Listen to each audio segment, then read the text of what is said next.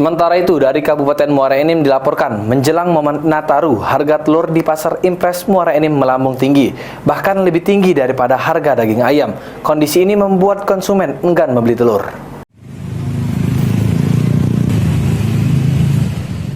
Sudah 2 minggu ini, masyarakat dan pedagang telur mengeluhkan tingginya harga telur ayam. Setidaknya dari pantauan PAL TV di lapangan, harga telur ayam di Pasar Impres Muara Enim menyentuh di harga Rp30.000 per kilo. Kondisi ini sendiri disebabkan karena tidak lama lagi momen Natal dan Tahun Baru akan berlangsung. Menurut salah satu pedagang telur mengungkapkan, jika pasokan telur ayam berasal dari kandang di kawasan Lembak dan 2 minggu belakangan sudah menurun. Dengan kondisi ini, membuat penurunan daya beli pelanggan hingga 50%. Ya, mengalami kenaikan. Ya, kalau 2 minggu belakang sekitar 25-26. Terus sudah 3 hari ini sudah 30. Naiknya memang per 1000 dia, tapi per 3 hari, per 2 hari gitu dia.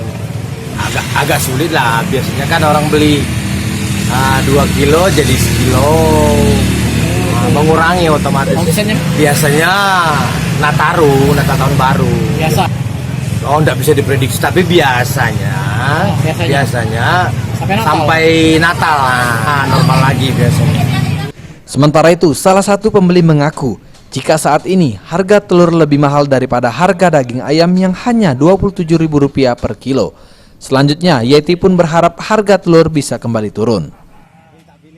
Yalah pastilah terkejut lah. Harga telur bela 30 kan, belum yang lain. Terakhir beli 26. Agak jauh juga lah naik lah, aman lagi 30 itu kan. Ya, terlalu tinggi lah untuk telur bayar hampir sama dengan ayam. Permasalahan atas kenaikan kebutuhan pokok seperti telur menjelang hari besar agama dan tahun baru menjadi PR pemerintah. Karena ini selalu terulang dan kenaikan harga kebutuhan membebani masyarakat. Mardiansah, PAL TV.